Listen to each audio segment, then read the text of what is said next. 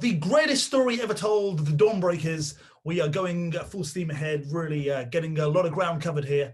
I'm going to start off giving you a quick recap of what we covered last session. We were talking about Sayyid Kazim, and he had this book, the Shahra Qasideh, the Shahra Khotabeh, where he, in veiled language, he talked about the coming of Baha'u'llah. Later on in the booklet, he mentions the Bab, who he refers to as Zikrullah Azam. And he writes that he's very apprehensive of what people might do to him. Next, we know that Ibrahim Ghazvini starts trouble. So they're in Karbala, and Ibrahim Ghazvini is someone who is very much against the Shaykhis, wants to cause problems for Sayyid Kazim, and he certainly does this. He starts this basically revolt and starts trying to go against Sayyid Kazim, taking out people of a town, and expels the Ottoman Empire official. The Ottomans are not happy. They come and they speak to Sayyid Kazim and they say, Sayyid Kazim, we have faith in you. Can you do something? Sayyid Kazim calls a meeting. He manages to pacify people. However, when the Ottomans leave, Ibrahim Ghazvini is very angry and he thinks, look, if Sayyid Kazim manages to do this, his power will rise even more. So he comes up with a plan. The brother of Imam Hussein, Abbas, who's also buried in Karbala, he is then apparently seen in this dream. This is what Sayyid Ibrahim Ghazvini says to everyone. He says, I saw Abbas, the brother of Imam Hussein, and he said, we must fight. Yes, this is really good. This is what we must do. And we're going to win. We're going to beat these guys.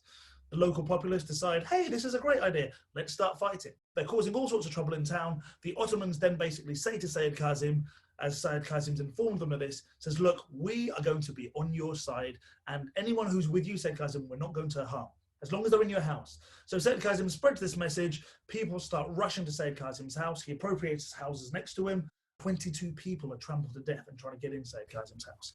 The Ottomans come in, a big battle takes place. They basically slew a whole bunch of people, including people taking refuge in what should be the sacred sanctuary of the shrine of Imam Hussein.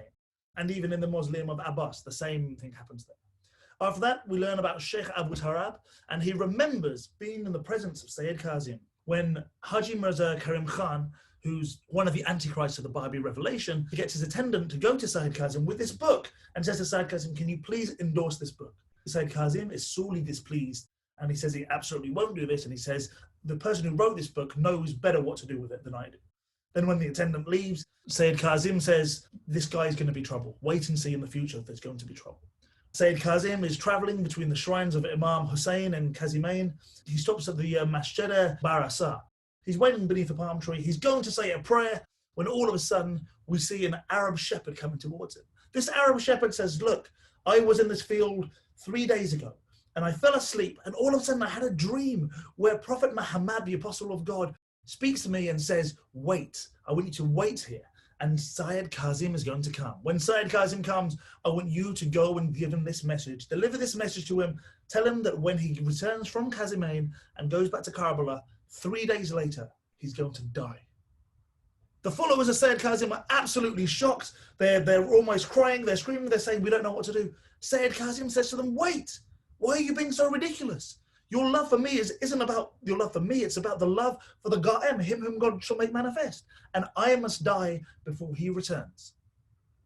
He says, don't worry, be happy. It's going to happen, it's on the edge.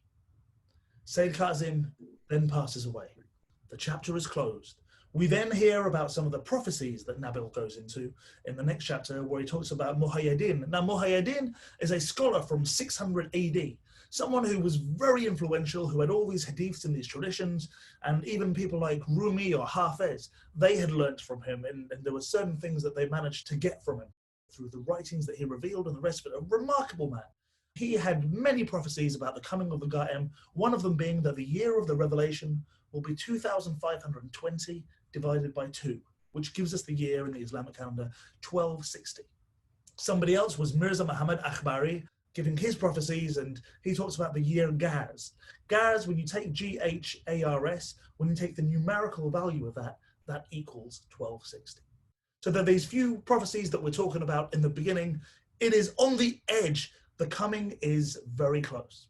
We know that also Mullah Hussein, after going on his 2 missions to Isfahan and Mashhad to gain support from these ecclesiastical leaders, he comes back to find that Sayyid Kazim's dead. He says to all the disciples, what happened? What was said? And some of them say, Mullah Hussein, maybe you're the promised one. He's like, no, what are you talking about? He says, What's happened? What were Sayyid Kazim's last words? Sayyid Kazim's last words were spread far and wide and go and spread the message. None of the people there listened to it. They were all just engaged in doing things like looking after children, cooking, whatever it was, coming up with a bunch of excuses. And that basically takes us on to our next bit of the Dawnbreakers. Mullah Hussein, having acquitted himself of the obligation he felt to urge and awaken his fellow disciples, set out from Karbala for Najaf. With him were Muhammad Hassan, his brother, and Muhammad Bakir, his nephew, both of whom had accompanied him ever since his visit to his native town of Bushehr in the province of Khorasan. Arriving at the Masjid Kufi, Mullah Hussein decided to spend 40 days in that place, where he led a life of retirement and prayer. By his fasts and vigils, he prepared himself for the holy adventure upon which he was soon to embark. In the exercise of these acts of worship, his brother alone was associated with him, while his nephew, who attended to their daily needs, observed the fasts and in his hours of leisure joined them in their devotions. This cloistered calm with which they were surrounded was after a few days unexpectedly interrupted by the arrival of Mullah Ali Bastami, one of the foremost disciples of Sayyid Kazim.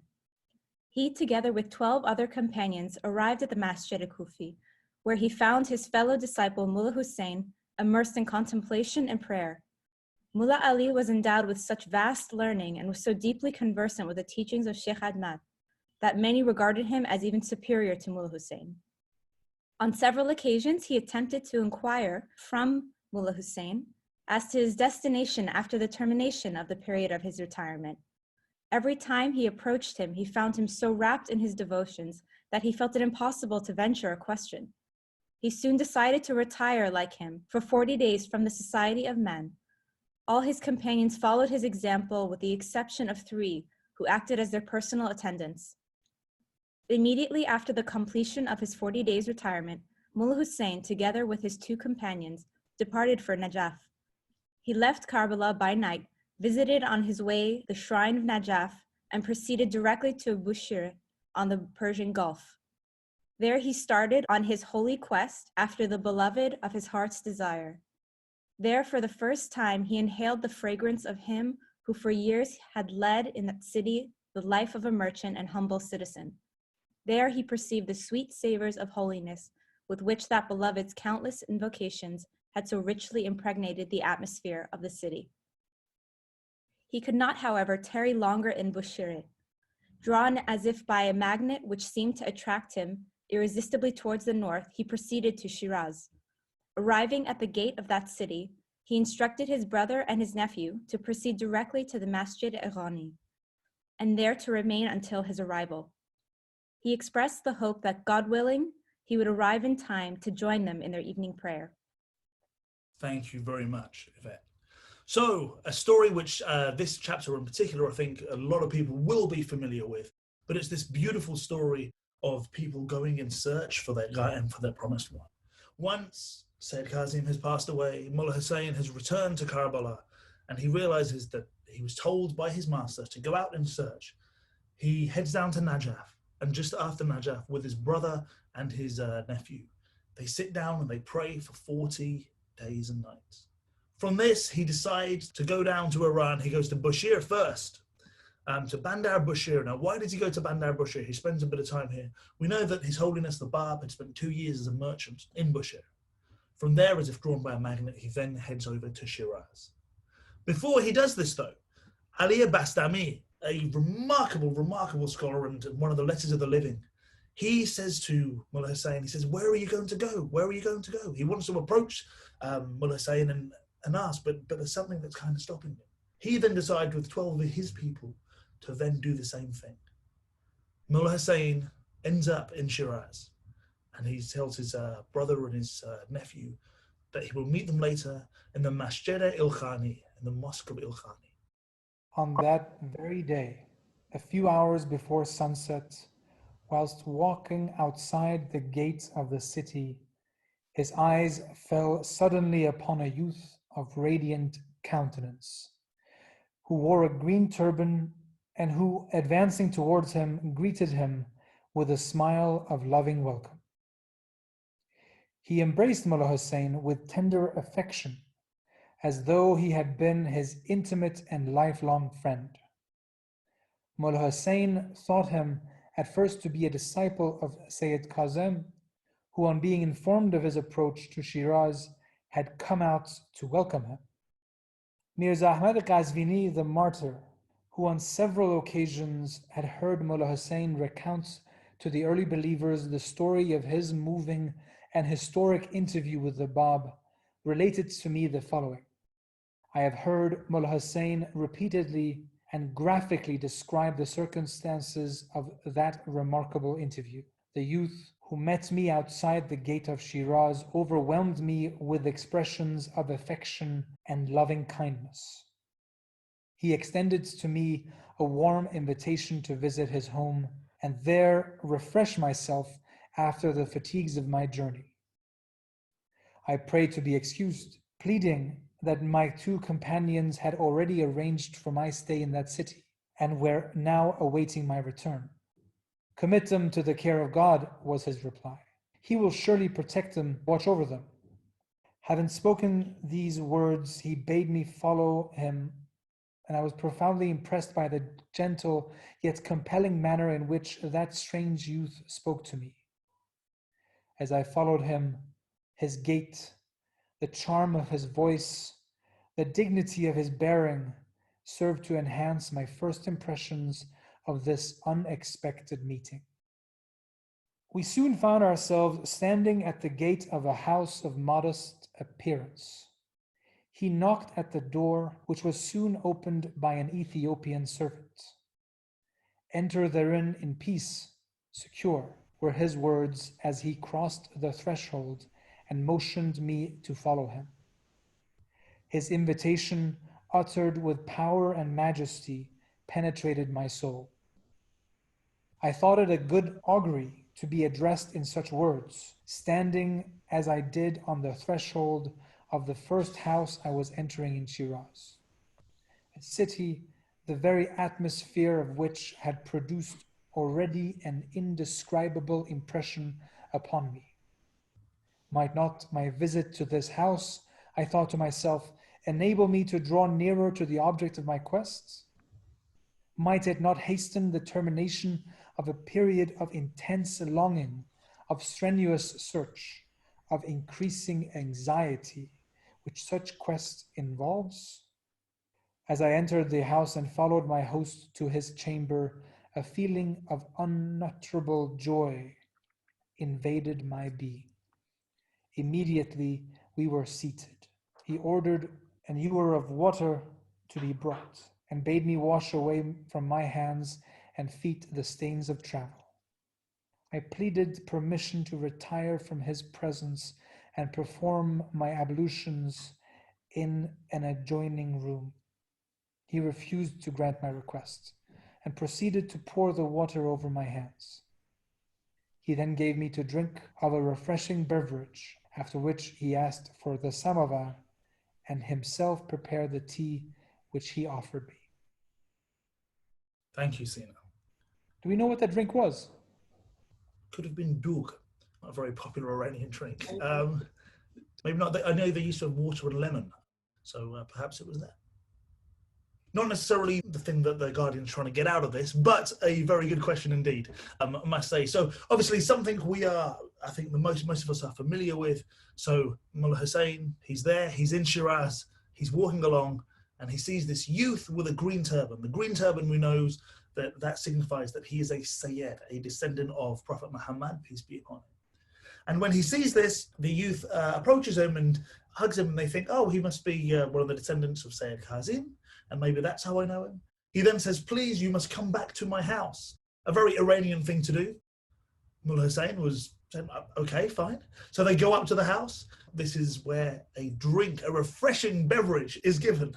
And we know not exactly what this was. Was it lemon and water? Was it doog? Was it a carrot juice? Who knows what it could be? One of the mysteries that we may never know to this day.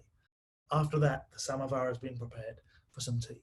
A conversation is going to take place. I just want to share on the enter therein, that it said, enter therein in peace secure. One thing that is which is beautiful to note is how this comes in several parts of the Quran. And One time when it comes is in the Surah of Joseph.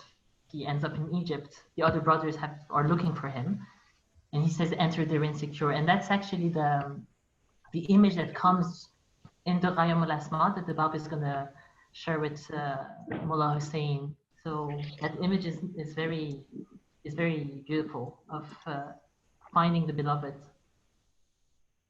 Thank you. This is possibly the greatest event that's going to take place in history ever. For over 500,000 years, nothing has happened so big. And can you imagine if we were born 200 years ago? Like, we would have missed out on the greatness of this day. And here we are now. It's all kind of a head trip when you zoom out and you look at the scale of things as to what's happened. Overwhelmed with his acts of extreme kindness, I arose to depart. The time for evening prayer is approaching, I ventured to observe. I have promised my friends to join them at the hour in the Masjid al-Khani. With extreme courtesy and calm, he replied, "You must surely have made the hour of your return conditional upon the will and pleasure of God. It seems that his will has decreed otherwise. You need have no fear of having broken your pledge." His dignity and self-assurance silenced me. I renewed my ablutions and prepared for prayer. He too stood beside me and prayed. Whilst praying, I unburdened my soul, which was much oppressed, both by the mystery of this interview and the strain and stress of my search. I breathed this prayer. I have striven with all my soul, O my God, and until now have failed to find thy promised messenger. I testify that thy word faileth not, and that thy promise is sure. That night, that memorable night, was the eve preceding the 5th of Jamadil Aval in the year 1260 AH. It was about an hour after sunset when my youthful host began to converse with me. Whom, after Syed Kazim, he asked me, do you regard as his successor and your leader? At the hour of his death, I replied, our departed teacher insistently exhorted us to forsake our homes, to scatter far and wide in quest of the promised beloved. I have accordingly journeyed to Persia, have arisen to accomplish his will, and am still engaged in my quest. Has your teacher, he further inquired, given you any detailed indications as to the distinguishing features of the promised one? Yes, I replied. He is of a pure lineage, is of illustrious descent, and of the seed of Fatima. As to his age, he is more than 20 and less than 30. He is endowed with innate knowledge. He is of medium height, abstains from smoking, and is free from bodily deficiency. He paused for a while, and then with vibrant voice declared, behold, all these signs are manifest in me. He then considered each of the above-mentioned signs separately and conclusively demonstrated that each and all were applicable to his person. I was greatly surprised and politely observed, he whose advent we await is a man of unsurpassed holiness, and the cause he is to reveal, a cause of tremendous power. Many and diverse are the requirements which he who claims to be its visible embodiment must fulfill. How often has Sayyid Kazim referred to the vastness of the knowledge of the promised one? How often did he say, my own knowledge is but a drop compared with that with which he has been endowed. All my attainments are but a speck of dust in the face of the immensity of his knowledge. Nay, immeasurable is the difference. No sooner had those words dropped from my lips that I found myself seized with fear and remorse, such as I could neither conceal nor explain. I bitterly reproved myself and resolved that at that very moment to alter my attitude and to soften my tongue. I vowed to God that should my host again refer to the subject, I would with the utmost humility answer and say, if you be willing to substantiate your claim, you will most assuredly deliver me from the anxiety and suspense which so heavily oppress my soul. I shall truly be indebted to you for such deliverance. When I first started upon my quest, I determined to regard the two following standards as those whereby I could ascertain the truth of whosoever might claim to be the promised Qaim. The first was a treatise which I have myself composed, bearing upon the abstruse and hidden teachings propounded by Sheikh Ahmad and Sayyid Kazim. Whoever seemed to me capable of unraveling the mysterious allusions made in that treatise, to him I would next submit my second request, and would ask him to reveal, without the least hesitation or reflection, a commentary on the Surah of Joseph, in a style and language entirely different from the prevailing standards of the time. I had previously requested Sayyid Kazim in private to write a commentary on that same surah, which he refused, saying, "This is verily beyond me. He, that great one, who comes after me will, unasked, reveal it for you.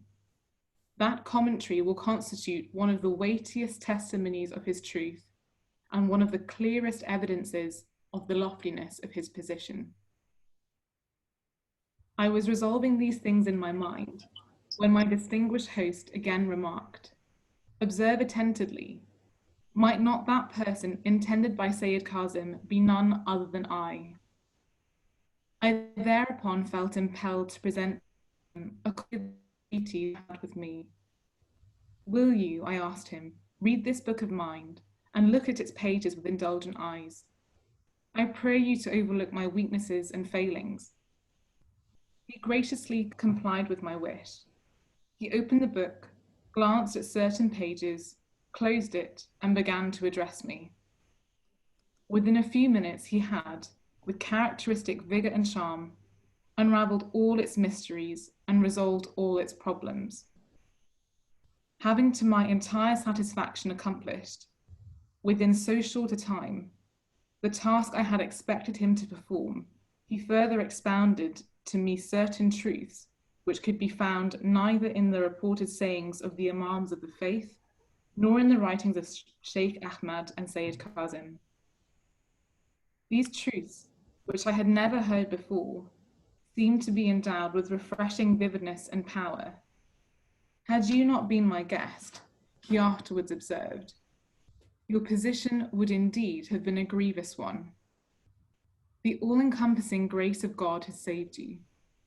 It is for God to test his servants, and not of his servants to judge him in accordance with their deficient standards. Were I to fail to resolve your perplexities, could the reality that shines within me be regarded as powerless, or my knowledge be accused as faulty? Nay, by the righteousness of God, it behooves in this day the peoples and nations of both the East and the West to hasten to this threshold, and here seek to obtain the reviving grace of the merciful. Whoso hesitates will indeed be in grievous loss. Do not the peoples of the earth testify that the fundamental purpose of their creation is the knowledge and adoration of God? It behooves them to arise as earnestly and spontaneously as you have arisen, to seek with determination and constancy their promised beloved." He then proceeded to say, "Now is the time to reveal the commentary on the Surah of Joseph." He took up his pen and with incredible rapidity revealed the entire Surah of Mulk, the first chapter of his commentary on the Surah of Joseph. The overpowering effect of the manner in which he wrote was heightened by the gentle intonation of his voice, which accompanied his writing. Not for one moment did he interrupt the flow of the verses which streamed from his pen. Not once did he pause till the Surah of Mulk was finished. I sat enraptured by the magic of his voice and the sweeping force of his revelation.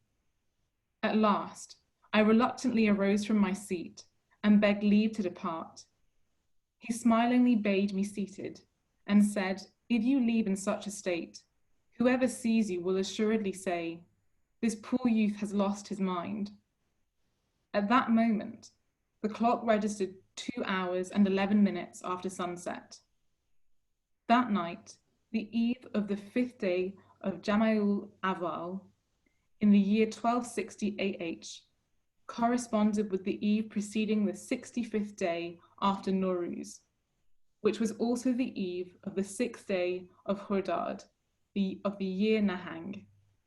This night, he declared, this very hour will, in the days to come, be celebrated as one of the greatest and most significant of all festivals. Render thanks to God for having graciously assisted you to attain your heart's desire, and for having quaffed from the sealed wine of his utterance. Well is it with them that attain thereunto. Thank you very much, Dawn. Wow! It is happening. The moment that for thousands and thousands and thousands of years we've been talking about is taking place in this moment right now, the evening of the 22nd of May, 1844. This is the moment where the whole world is going to change, where the reverberating forces of the Bab's revelation are going to come and make everything anew. You imagine Mullah Hussein, who's there in Shiraz with this youth, who's so incredibly knowledgeable, Mullah Hussein. He was one of the leading scholars. He was absolutely brilliant, sharp mind, who was there with Sayyid Kazim, learning so much from him. Absolutely so sharp. He's going to search. He has this person that he's trying to find so deeply. And before him is someone claiming to be the one that he's looking for. He says to him, what are the signs that you were told? And he says, well, he's of medium height, he abstains from smoking, he's free from bodily dysfunctions, he's between the age of 20 and 30. And the Bab says, behold, for these signs are manifest in me.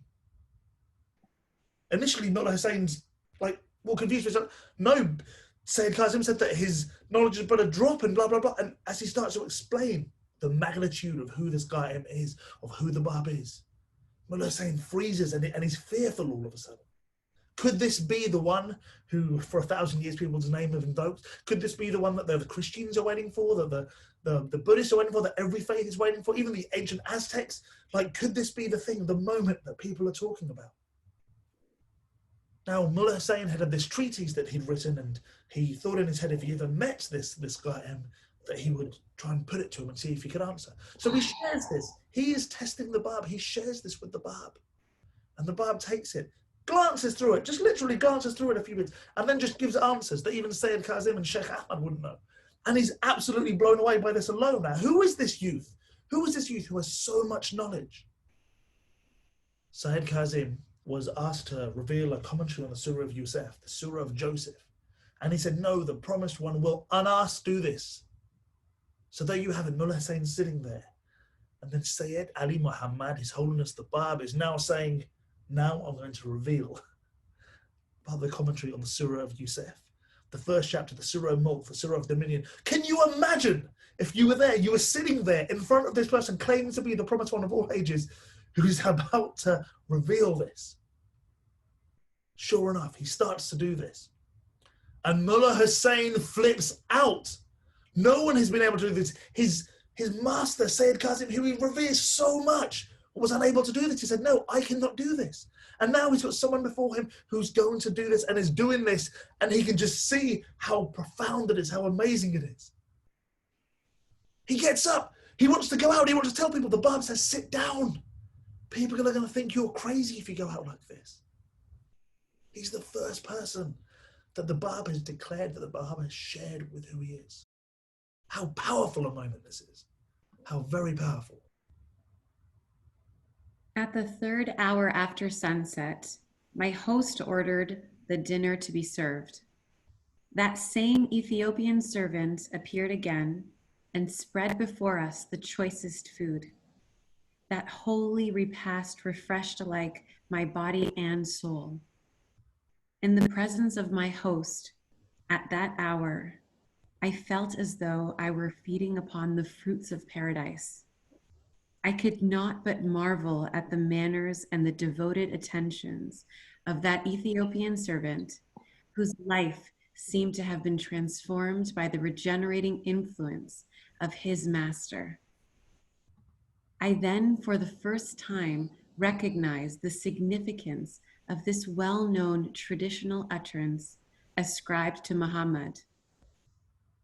I have prepared for the godly and righteous among my servants what eye hath seen not, ear heard not, nor human heart conceived. Had my youthful host no other claim to greatness, this were sufficient, that he received me with that quality of hospitality and loving kindness which I was convinced no other human being could possibly reveal. I sat spellbound by his utterance, oblivious of time and of those who awaited me. Suddenly, the call of the Muwahhideen summoned the faithful to their morning prayer, awakened me from the state of ecstasy into which I seemed to have fallen. All the delights, all the ineffable glories which the Almighty had recounted in his book as the priceless possessions of the people of paradise. These I seemed to be experiencing that night. Methinks I was in a place of which it could be truly said, therein no toil shall reach us, and therein no weariness shall touch us. No vain discourse shall they hear therein, nor any falsehood, but only the cry, peace, peace. Their cry therein shall be, glory be to thee, O God, and their salutation therein, peace. And the close of their cry, praise be to God, Lord of all creatures. Sleep had departed from me that night. I was enthralled by the music of that voice, which rose and fell as he chanted, now swelling forth as he revealed verses of the Qayamul Asma, again acquiring ethereal subtle harmonies as he uttered the prayers he was revealing. At the end of each invocation, he would repeat this verse, far from the glory of thy Lord, the all-glorious, be that which his creatures affirm of him, and peace be unto his messengers, and praise be to God, the Lord of all beings. He then addressed me in these words, O thou who art the first to believe in me, verily I say, I am the Bab, the gate of God, and thou art the Baha'u'llah, the gate of that gate. 18 souls must, in the beginning, spontaneously and of their own accord accept me and recognize the truth of my revelation. Unwarned and uninvited, each of these must seek independence to find me. And when their number is complete, one of them must needs be chosen to accompany me on my pilgrimage to Mecca and Medina. There I shall deliver the message of God to the Sharif of Mecca. I then shall return to Kufi, where again, in the masjid of that holy city, I shall manifest his cause. It is incumbent upon you not to divulge, either to your companions or to any other soul, that which you have seen and heard. Be engaged in Masjid al-Khani, in prayer and in teaching. I too will there join you in congregational prayer. Beware, lest your attitude towards me betray the secret of your faith. You should continue in this occupation and maintain this attitude until our departure for Hijaz. Ere we depart, we shall appoint unto each of the 18 souls his special mission, and shall send them forth to accomplish their task. We shall instruct them to teach the word of God and to quicken the souls of men. Having spoken these words to me, he dismissed me from his presence. Wow. How beautiful, how very beautiful is this? And I don't even know if it needs much explanation at all as to what's going on here. We see that there is love pouring out for Mullah Hussein, who has just received everything that the Bab has said. The Bab has also laid down right now, saying that 18 souls must independently find him before he goes to Hijaz. Where is Hijaz? Hijaz, of course, is the area that encompasses both Mecca and Medina. So the Bab is going to be going on pilgrimage, we know this, to this area here of Hijaz. And he says that before I do this, 18 souls must find me, and then more souls must find me after that, where he sends these 18 out on different missions. But it's all starting to happen now. He then says to Mullah Hussein, I will meet you in another mosque, in the Masjid al-Khani. We will meet. But you must still keep it on the down low. You must keep it on the quiet. Because of course, if people find out exactly who the Bab is, some of them are going to rejoice, some of them are going to welcome him with open hands, but there are those who are going to do their best to try and put out his flame. And as we know, this whole story is so intense, the attempts to put out his flame are pretty much non-stop. This revelation so suddenly and impetuously thrust upon me came as a thunderbolt, which for a time seemed to have benumbed my faculties. I was blinded by its dazzling splendor and overwhelmed by its crushing force. Excitement, joy, awe, and wonder stirred the depths of my soul. Predominant among these emotions was a sense of gladness and strength, which seemed to have transfigured me. How feeble and impotent, how dejected and timid I had felt previously. Then I could neither write nor walk, so tremulous were my hands and feet. Now, however, the knowledge of his revelation had galvanized my being. I felt possessed of such courage and power that were the world, all its peoples and potentates to rise against me, I would alone and undaunted withstand their onslaught. The universe seemed but a handful of dust in my grasp. I seemed to be the voice of Gabriel personified, calling unto all mankind, awake, for lo, the morning light has broken. Arise, for his cause is made manifest. The portal of his grace is open wide.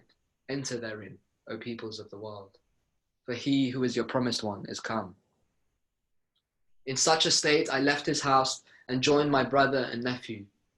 A large number of the followers of Shaykh Ahmad, who had heard of my arrival, had gathered in the Masjid al-Khani to meet me. Faithful to the directions of my newly found beloved, I immediately set myself to carry out his wishes. As I began to organize my classes and perform my devotions, a vast concourse of people gathered gradually about me. Ecclesiastical dignitaries and officials of the city also came to visit me. They marveled at the spirit with which my lectures revealed, and aware that the source whence my knowledge flowed was none other than he whose advent they, for the most part, were eagerly awaiting. During those days, I was on several occasions summoned by the Bab to visit him. He would send at night time that same Ethiopian servant to the masjid, bearing to me his most loving message of welcome. Every time I visited him, I spent the entire night in his presence. Wakeful until the dawn, I sat at his feet, fascinated by the charm of his utterance and oblivious of the world and its cares and pursuits. How rapidly those precious hours flew by. At daybreak, I reluctantly withdrew from his presence.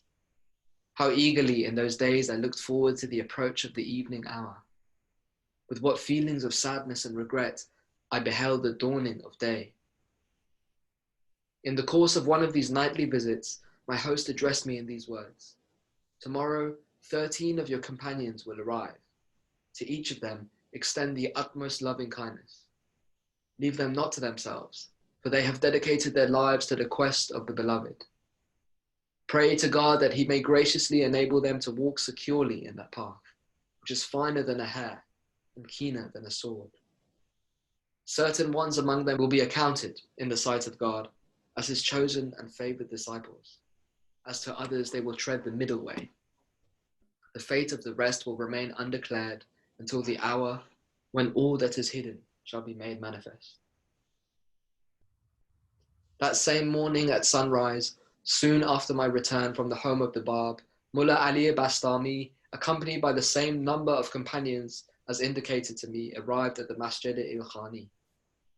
I immediately set about to provide the means for their comfort.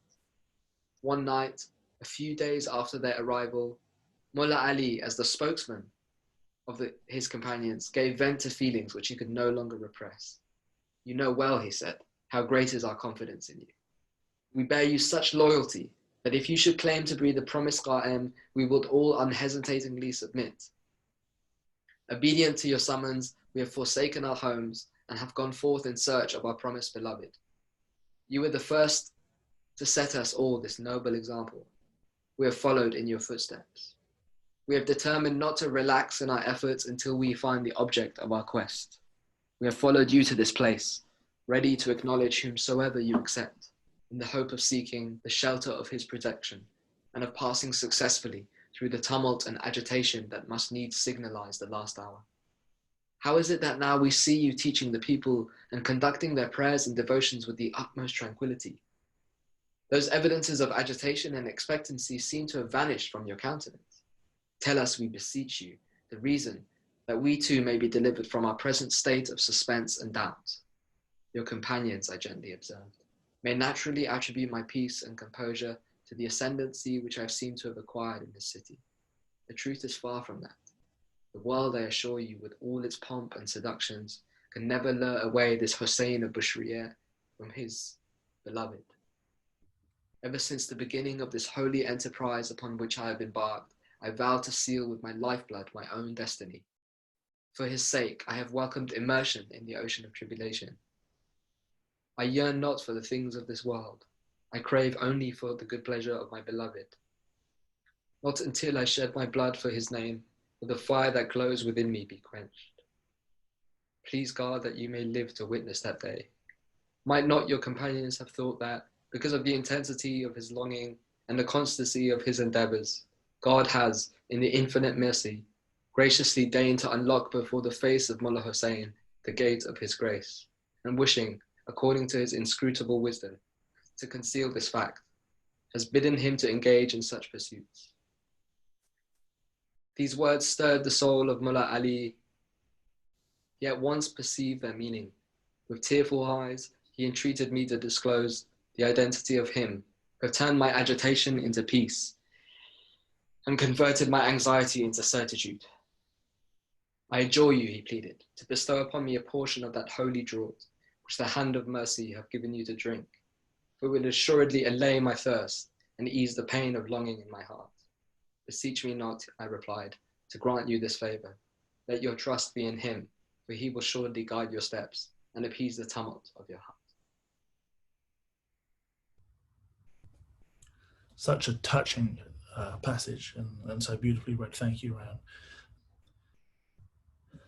Mullah Hussein has found this Qa'im, this promised one of all ages, this one that's going to tear things asunder. And Mullah Hussein knows full well that by believing in the Bab, that he will be a martyr, that things are going to be absolutely intense, crazy, beautiful, uplifting, butcherous. But he's so in love. He's only going to see the Bab at night, and he will spend the whole night with the Bab talking. Can you imagine what that'd be like in the day, walking around, knowing full well that you are meeting the Qa'im and no one knows? Like, how would you do it? Would you have a big smile on your face? Would you? It's something I can't even fathom. He didn't have shoes, or his shirt had no buttons on. He was someone who wasn't a rich man in any way, shape, or form, but he had that love in his heart. He had found his beloved. Mullah Ali Bastami then has arrived from Karbala. He's come down to Shiraz, and he meets Mullah Hussein. Mullah Hussein, who at the time was in Shiraz, there were ecclesiastics and government officials that had basically come to see him and wanted to meet with him and say, hey, welcome, and do all the social stuff. And it's just crazy to think that this truth has been revealed, but he's dealing with these people and just talking about day-to-day stuff, as it were, because he can't share what it is. He talks about the getting to the Bab as being that finer than a hair, keener than a sword. Like, what does this even mean? Keener than a sword? You know, for people trying to find it, it can go one of two ways. Bastami, when he arrives, he says to Mullah Hussein, he says, look, if you were to claim to be the promised one, we would believe in you. Mullah Hussein's like, no. He says, look, you need to keep searching. And they say to him, look, Mullah Hussein, I can tell by the way you're acting. By the way you're acting, you clearly found him. The agitation of your heart isn't there anymore. Tell us who it is. I beg you, tell us who it is. Who is it? Mullah Hussein is not allowed to do this. Of course, the Bab has asked for 18 souls to independently find him. Mullah Ali hastened to his companions and acquainted them with the nature of his conversation with Mullah Hussein.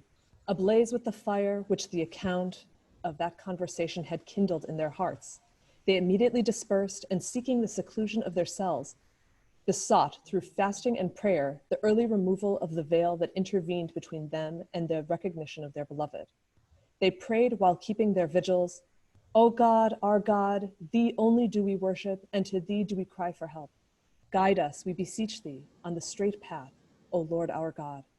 Fulfill what thou hast promised unto us by thine apostles, and put us not to shame on the day of resurrection. Verily, thou wilt not break thy promise.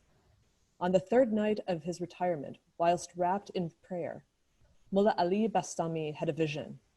There appeared before his eyes a light, and lo, that light moved off before him. Allured by its splendor, he followed it, till at last it led him to his promised beloved. At that very hour, in the mid-watches of the night, he arose, and exultant with joy and radiant with gladness, opened the door of his chamber and hastened to Mullah Hussein. He threw himself into the arms of his revered companion. Mullah Hussein most lovingly embraced him and said, Praise be to God who hath guided us hither. We had not been guided had not God guided us. That very morning at break of day, Mullah Hussein, followed by Mullah Ali, hastened to the residence of the Bab. At the entrance of his house, they met the faithful Ethiopian servant, who immediately recognized them and greeted them in these words: Ere break of day, I was summoned to the presence of my master, who instructed me to open the door of the house and to stand expectant at its threshold. 2 guests, he said, are to arrive early this morning. Extend to them in my name a warm welcome. Say to them from me, enter therein in the name of God. The first meeting of Mullah Ali with the Bab, which was analogous to the meeting with Mullah Hussein, differed only in this respect, that whereas at the previous meeting the proofs and testimonies of the Bab's mission had been critically scrutinized and expounded, at this one all argument had been set aside, and nothing but the spirit of intense adoration and of close and ardent fellowship prevailed. The entire chamber seemed to have been vitalized by that celestial potency which emanated from his inspired utterance. Everything in that room seemed to be vibrating with his testimony. Verily, verily, the dawn of a new day has broken. The promised one is enthroned in the hearts of men.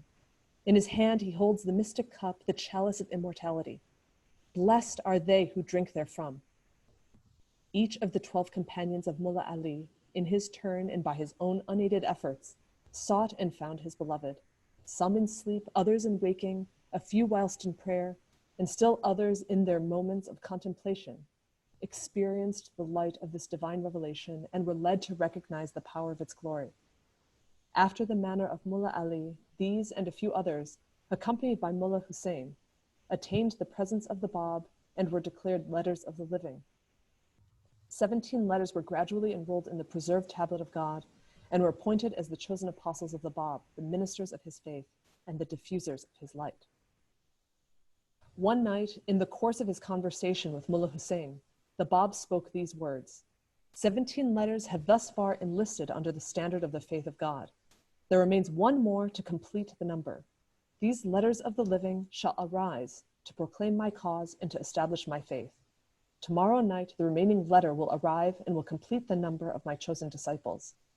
The next day, in the evening hour, as the Bab, followed by Mullah Hussein, was returning to his home, there appeared a youth, disheveled and travel-stained. He approached Mullah Hussein, embraced him, and asked him whether he had attained his goal. Mullah Hussein tried at first to calm his agitation and advised him to rest for the moment, promising that he would subsequently enlighten him. That youth, however, refused to heed his advice. Fixing his gaze upon the Bab, he said to Mullah Hussein, "Why seek you to hide him from me? I can recognize him by his gait. I confidently testify that none besides him, whether in the east or in the west, can claim to be the truth. None other can manifest the power and majesty that radiate from his holy person." Mullah Hussein marveled at his words. He pleaded to be excused, however, and induced him to restrain his feelings until such time as he would be able to acquaint him with the truth. Leaving him, he hastened to join the Bab and informed him of his conversation with that youth. "Marvel not," observed the Bab, "at his strange behavior. We have in the world of the spirit been communing with that youth. We know him already. We indeed awaited his coming. Go to him and summon him forthwith to our presence." Mullah Hussein was instantly reminded by these words of the Bab of the following traditional utterance: "On the last day, the men of the unseen shall, on the wings of the spirit, traverse the immensity of the earth, shall attain the presence of the Brahmis Khayyam, and shall seek from him the secret that will resolve their problems and remove their perplexities." Though distant in body, these heroic souls are engaged in daily communion with their beloved, partake of the bounty of his utterance, and share the supreme privilege of his companionship. Otherwise, how could Sheikh Ahmad and Sayyid Kazan have known of the Bab?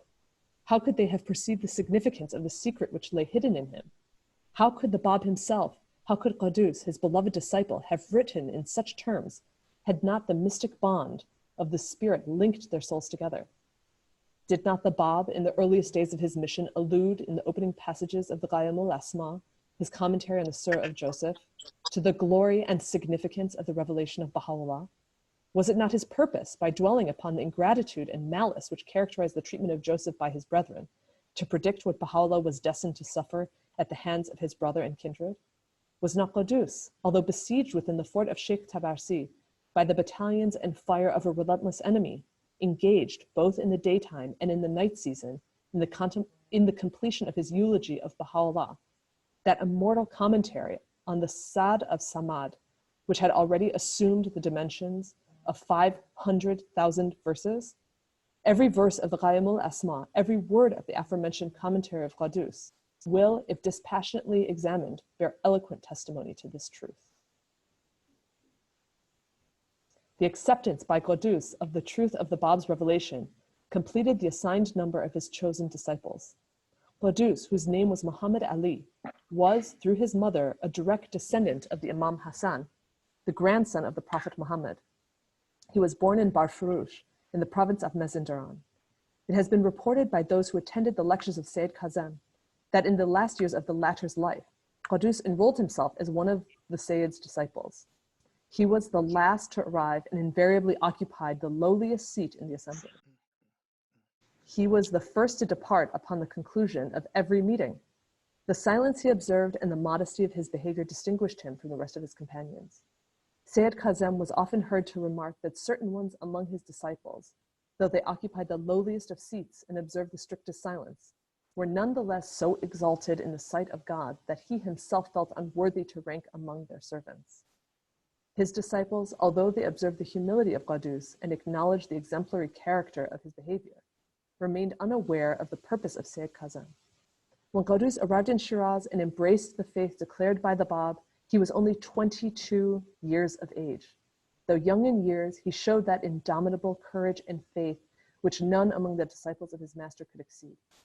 He exemplified by his life and glorious martyrdom the truth of this tradition. Whoso seeketh me shall find me.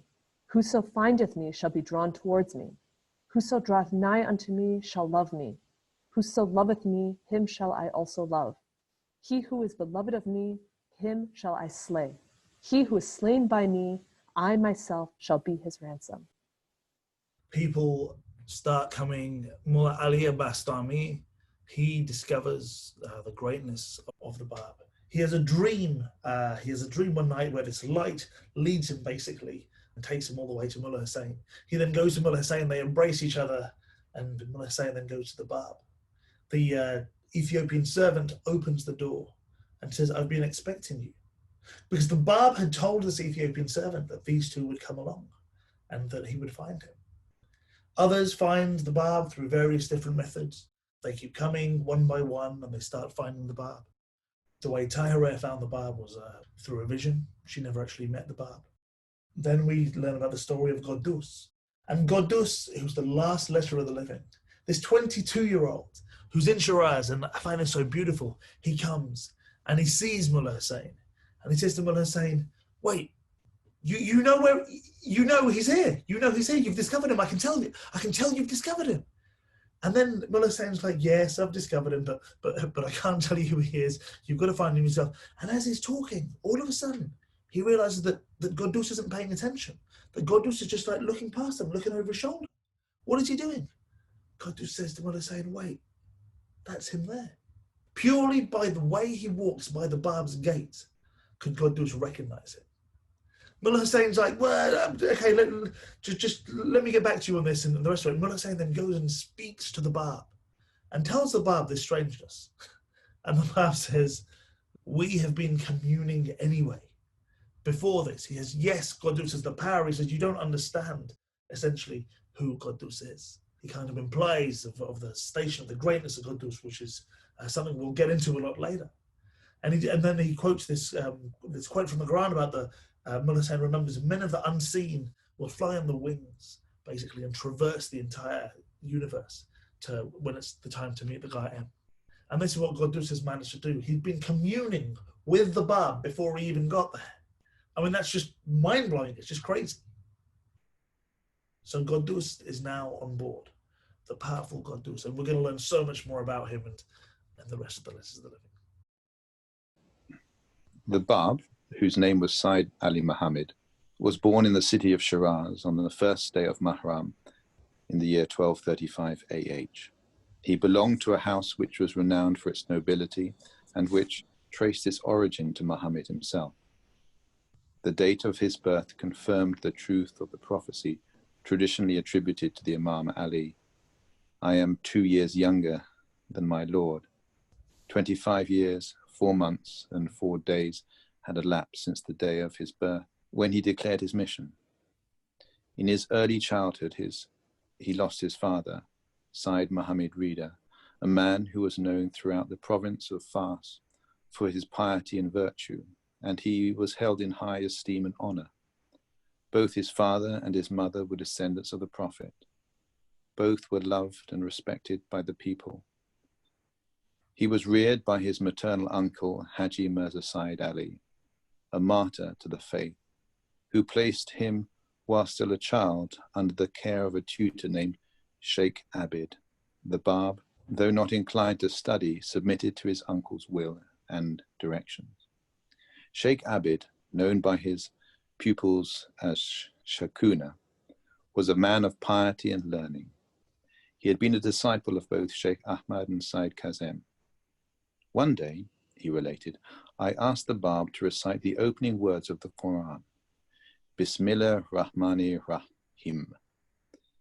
He hesitated, pleading that unless he was told what these words signified, he would in no wise attempt to pronounce them. I pretended not to know their meaning. "I know what these words signify," he observed my pupil. "By your leave, I will explain them." He spoke with such knowledge and fluency that I was struck with amazement. He expounded the meaning of the Allah of Rahman and Rahim in terms such as I had neither read nor heard. The sweetness of his utterance still lingers in my memory. I felt impelled to take him back to his uncle and to deliver into his hands the trust he had committed to my care. I determined to tell him how unworthy I felt to teach so remarkable a child. I found his uncle alone in his office. "I have brought him back to you," I said, "and commit him to your vigilant protection. He is not to be treated as a mere child, for in him I can already discern evidences of that mysterious power which the revelation of the Sahaba Zaman can alone reveal. It is incumbent upon you to surround him with your most loving care. Keep him in your house, for he, verily, stands in no need of teachers such as I. Haji Mirza Said Ali sternly rebuked the Bab. Have you forgotten my instructions? Have I not already admonished you to follow the example of your fellow pupils, to observe silence and to listen attentively to every word spoken by your teacher? Having obtained his promise to abide faithfully by his instructions, he bade the Bab return to his school.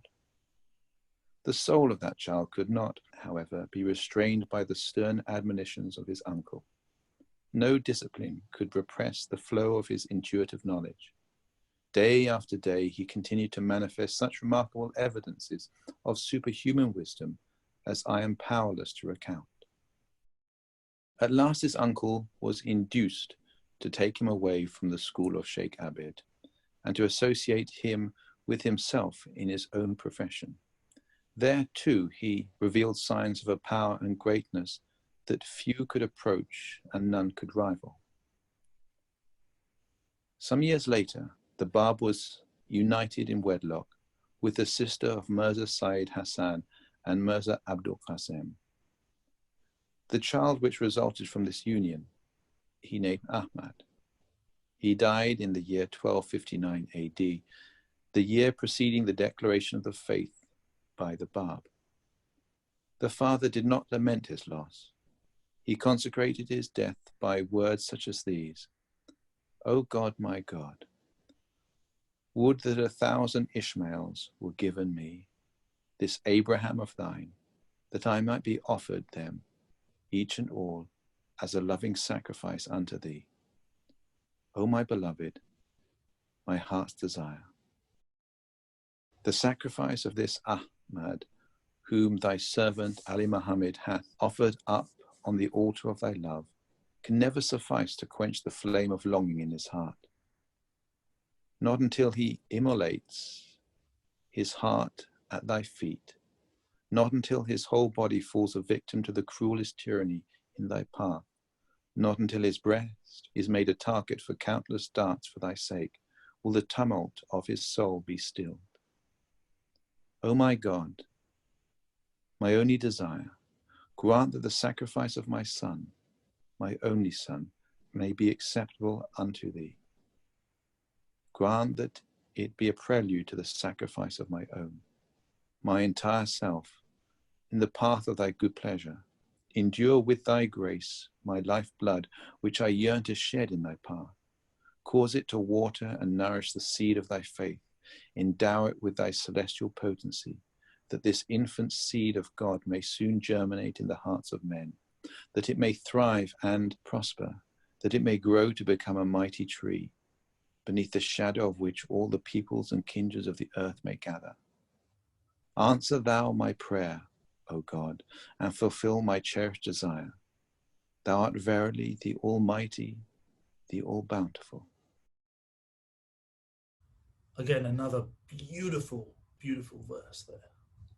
This starts off with His Holiness, the Bab, the saying attributed to Imam Ali.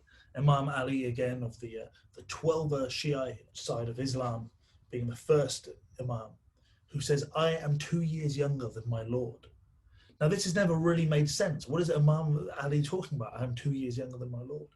It's only here do we realize that the Bab was born in 1819. Baha'u'llah was born in 1870. And this is what that quote from Imam Ali is talking about. I am 2 years younger than my Lord. Remember, Imam Ali has the same name as the Bab, in that the Bab was called Sayyid Ali Muhammad. So it's the same kind of archetype that's speaking Ali. So he's the fulfillment of this 2 years. The Bab's father, Sayyid Muhammad Reza, had passed away when he was very young. Haji Mirza Sayyid Ali, his maternal uncle, was the one who brought the Bab up. And he takes the Bab to school. And when the Bab goes to school, he has this tutor, Sheikh Abid. Now, Sheikh Abid was someone who had studied, I think, with Sheikh Ahmad and Sayyid Qasim, so a very intelligent man. And he decides in class to get the kids to repeat something. And he says, please repeat Bismillah ar-Rahman ar-Rahim. And the Bab says, no, I won't do this until we know what the meaning is.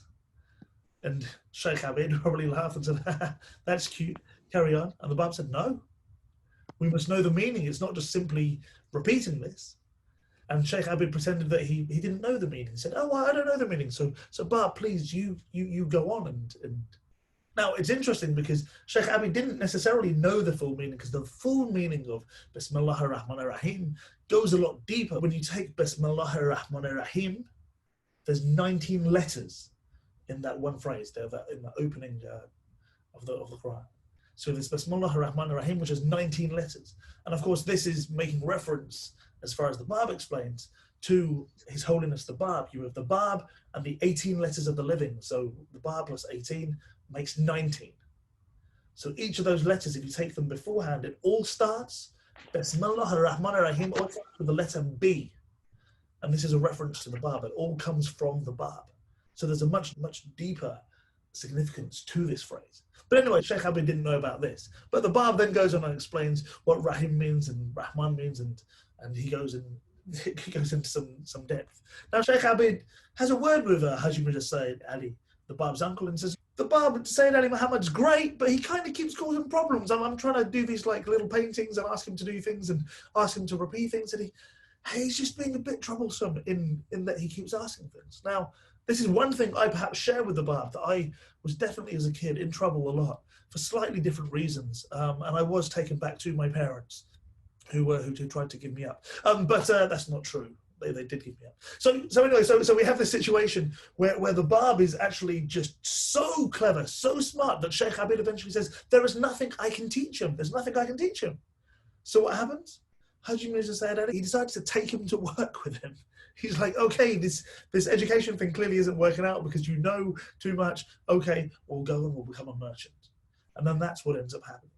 He then ends up marrying Mirza Sayyid Hassan's sister, Khadija, and there's beautiful stories around her, which maybe in the next session we can touch into. They're not in the Dawnbreakers. And they have this baby, Ahmad. And Ahmad, unfortunately, dies shortly after birth. And the Bab just talks about this as being an absolute sacrifice to God. Such is the love there, and he just says, look, this is a sacrifice. And then he also talks about the love that he has, and we have this bit where he talks about the darts. He says, not until my breast is made the target for countless darts for thy sake will the tumult of his soul be stilled. Such is the love and such is the joy. And here he's making reference to his martyrdom. He knows full well that these darts are going to be coming towards him. Thank you very much again to each and every one of you. We will be continuing this. We'll go on this journey, and I don't profess to have all the answers, unfortunately. I do profess to love this story, and it's just a transforming story, and it's meant to be a soul-stirring piece of work. And this is what The Guardian says, and we went through this through in the first session, actually, how this is meant to stir our souls. It's meant to get us into action, meant to get us excited and realize the magnitude of what's taking place here. And indeed, it is huge what has happened, this faith that we have very much before our eyes. So with that being said, Sina Vroy, I know you're poised to send us spiritually higher. And anyone who wants to jump in, it'd be an absolute pleasure to be praying with you, to hear you. If I can take the opportunity to answer a question that came in the comments, but it's maybe easier to answer orally, because Adam was asking about the commentary on the Surah of Joseph. Yes. Because apparently he's saying that it was lost. Correct. So the Gayyum al-Azma, the original copy, so this commentary on the Surah of Yusuf, the Surah of Joseph, the original we don't have, but we do have many copies within a time frame of a year that have been taken pretty much to be accurate. There are several different copies that were sent around Iran that were copied that seem to all be congruent with each other. So it's you can find those quite easily, but it's not translated. It's not translated, no. It's not translated, yes, but they're written in Arabic, and it's a very, very large piece of work. But yeah, no, the original we don't have, but we have enough copies of it from various sources that lead to the validity of it. Anyway, so yeah, but a good question. But cool. I assume, are there any more questions or any more comments or questions before we move on with Sina and we elevate our souls? I think it's time for Mr. Sina Vroy. Thank you very much, guys. Thank you. Oh